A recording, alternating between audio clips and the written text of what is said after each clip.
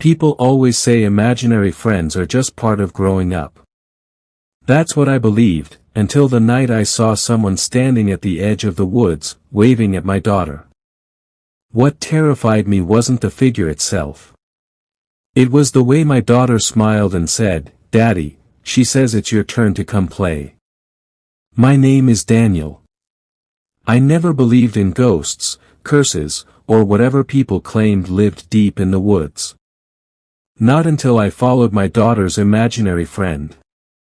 And if I had just let her walk away that night, maybe I wouldn't wake up every night to the sound of children laughing outside my window.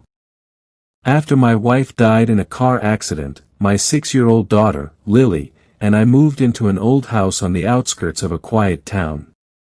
I thought a peaceful place would help her heal. Instead, it became the beginning of something far worse. On our very first day, Lily told me she'd already made a new friend. Her name was Evelyn. She lives in the woods, Lily said, proudly holding up a drawing of a little girl wearing a white dress. I smiled. Kids invent imaginary friends all the time, especially after experiencing trauma. That's what every parenting article said. So I played along. Every evening, Lily would set an extra plate at the dinner table. "This one's for Evelyn." I'd pour tea into an empty cup. I'd even say, "Good evening, Evelyn." Lily would giggle as if someone had answered. At the time, I thought it was harmless. 3 days later, an elderly neighbor named Martha knocked on our front door. She had brought us a homemade pie as a welcome gift. While I thanked her, her eyes wandered toward Lily's drawing hanging on the refrigerator. The smile disappeared from her face. Her hands began to shake. "Who drew that little girl?" she asked quietly. "My daughter." "And, what's her name?" "Evelyn." The pie slipped from Martha's hands and crashed onto the floor. She turned pale. For several long seconds, she just stared at the drawing. Then she whispered something I'll never forget. "Don't let Lily go into those woods." Before I could ask why, she hurried away without another word. That night, I couldn't stop thinking about what she'd said. Maybe there had been an accident in those woods years ago. Maybe a child had gone missing. There had to be a logical explanation.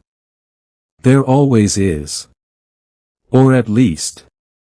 That's what I kept telling myself. The next night, I woke up to the sound of the front door creaking open. I checked the clock. 2:17 a.m. Lily's bedroom door was wide open. Her bed was empty. My heart nearly stopped. I rushed outside barefoot, calling her name. "Lily." The cold night air swallowed my voice. Then I saw her. A tiny figure walking slowly toward the woods. She never looked back. No matter how loudly I shouted. As I ran closer, I noticed someone walking just a few feet ahead of her. A little girl. She wore a long white dress that swayed gently in the wind.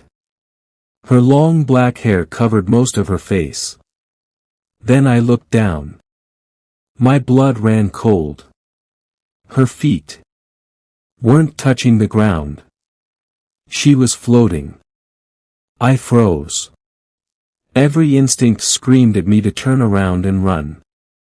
Instead, I watched in horror as Lily reached out her hand and clasped something invisible. Like someone was holding it.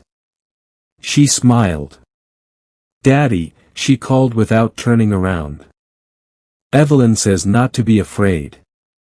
My throat went dry. She wants to show us where she lives. And against every ounce of common sense, I followed them into the woods. The deeper we walked, the darker the forest became. The moonlight barely reached the ground through the thick canopy above. Within minutes, the sounds of the outside world disappeared. No crickets. No wind.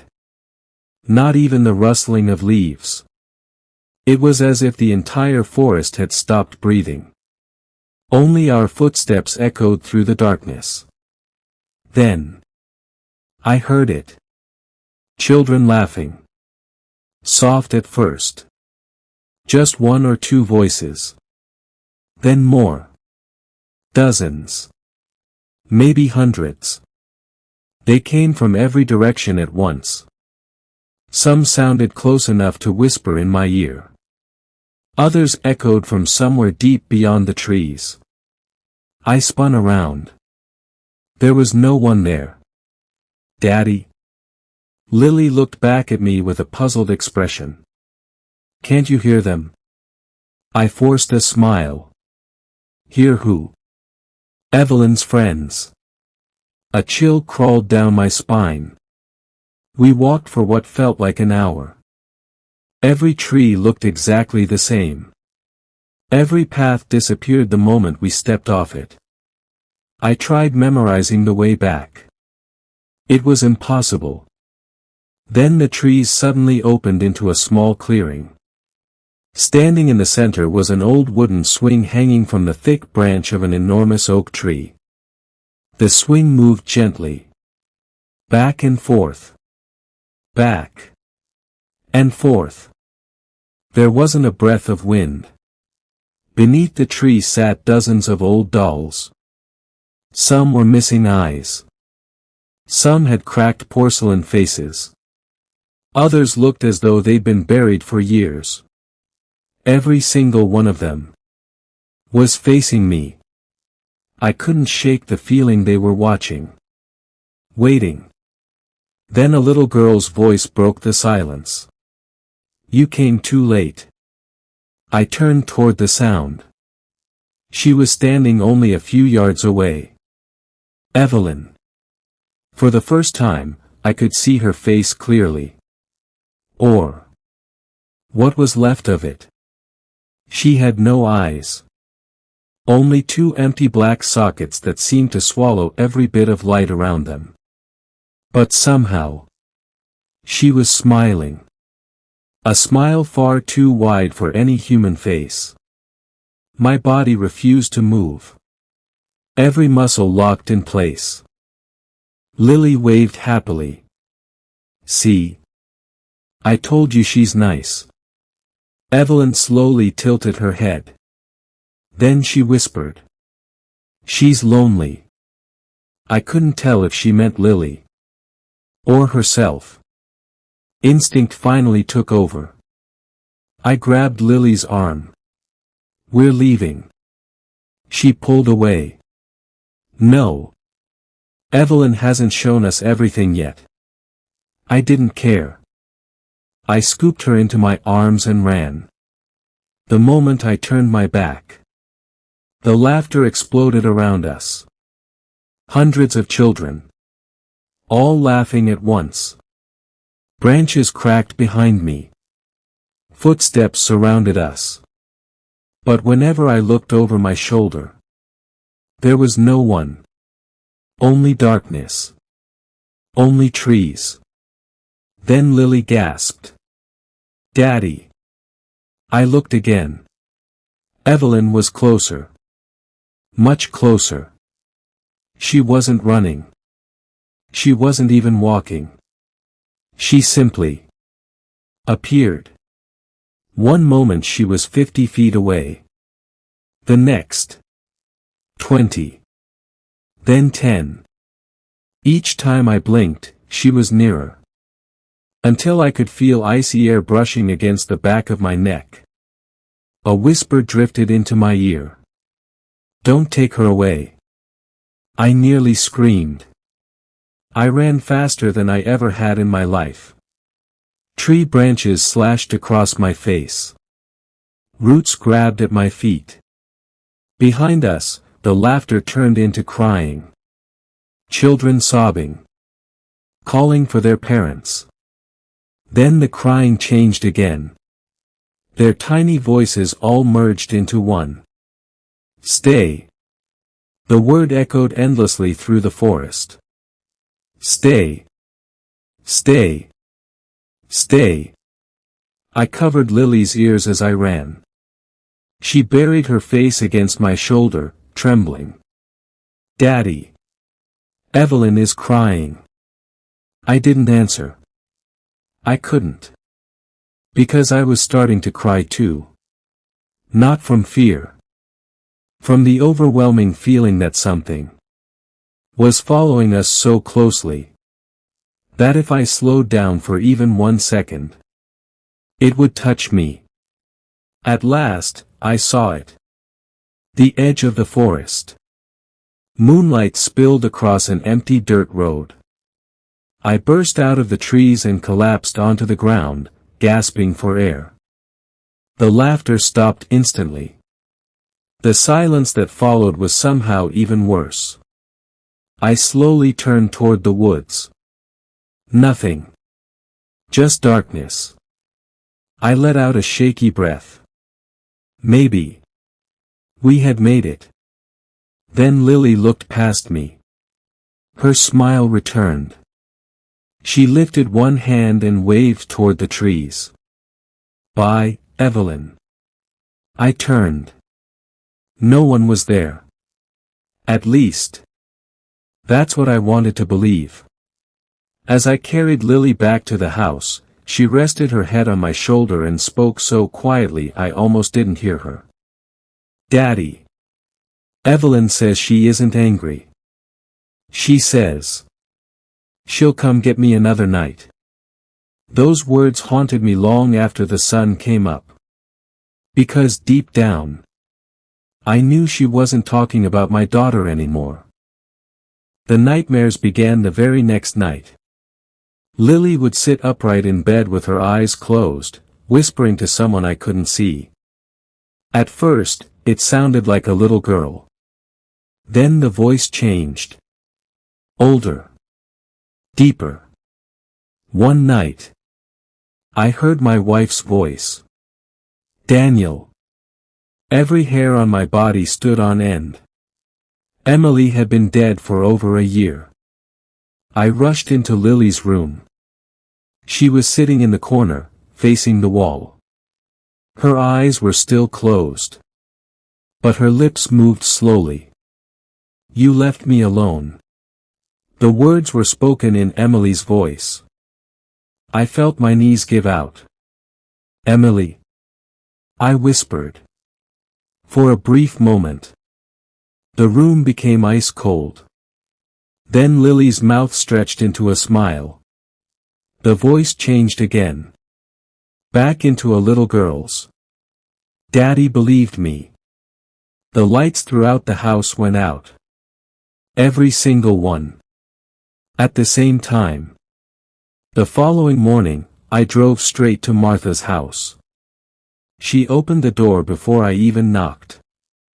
I knew you'd come, she said. Without another word, she invited me inside. Her living room was filled with old newspaper clippings and faded photographs. Most of them showed missing children.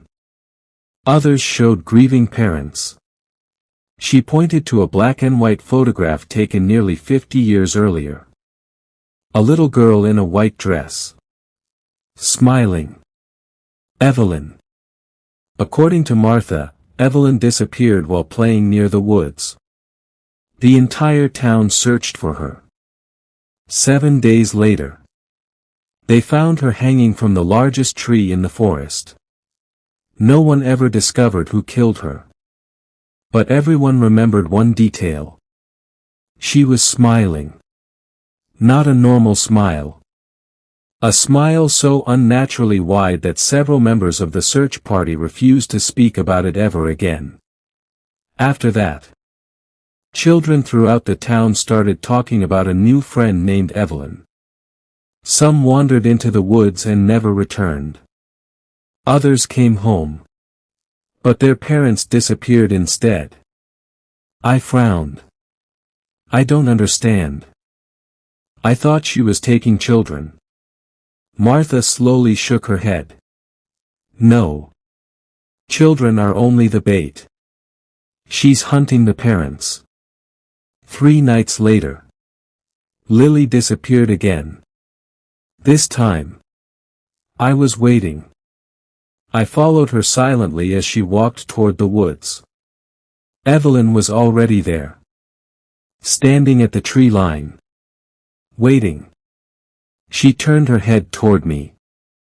Though she had no eyes. I knew she was looking directly at me. Then she smiled. And walked into the darkness. I followed. There was no other choice. The forest seemed different this time. The trees leaned inward like walls. The air felt thick enough to breathe. Every shadow looked alive. Eventually we reached a massive clearing. At its center stood the largest tree I had ever seen. Its trunk was scarred with hundreds of names carved deep into the bark. I stepped closer. Some names were so old they had nearly disappeared. Others looked fresh. Then I found one that made my heart stop. Daniel. My name. The wood beneath the letters was still wet. As if someone had carved it only moments earlier. Daddy. Lily pointed upward. Slowly. I looked into the branches. My scream caught in my throat. Dozens of adults hung from the tree. Men. Women. Old. Young. None of them had decayed. Their eyes were wide open. Every single one was staring directly at me. Then. One by one. They smiled. The exact same smile. Too wide. Too empty. Too wrong. Evelyn stepped beside me. It's your turn. The ground beneath my feet suddenly turned soft. Black mud swallowed my boots. I tried to pull free. It only dragged me deeper. Tiny hands emerged from the mud. Children's hands. Cold. Pale. They wrapped around my legs. Pulling. Dragging. Holding. Lily screamed. Daddy. I reached for her. She ran toward me. No. I shouted. Run. For the first time. Evelyn stopped smiling. Her jaw slowly dropped. Farther. Farther.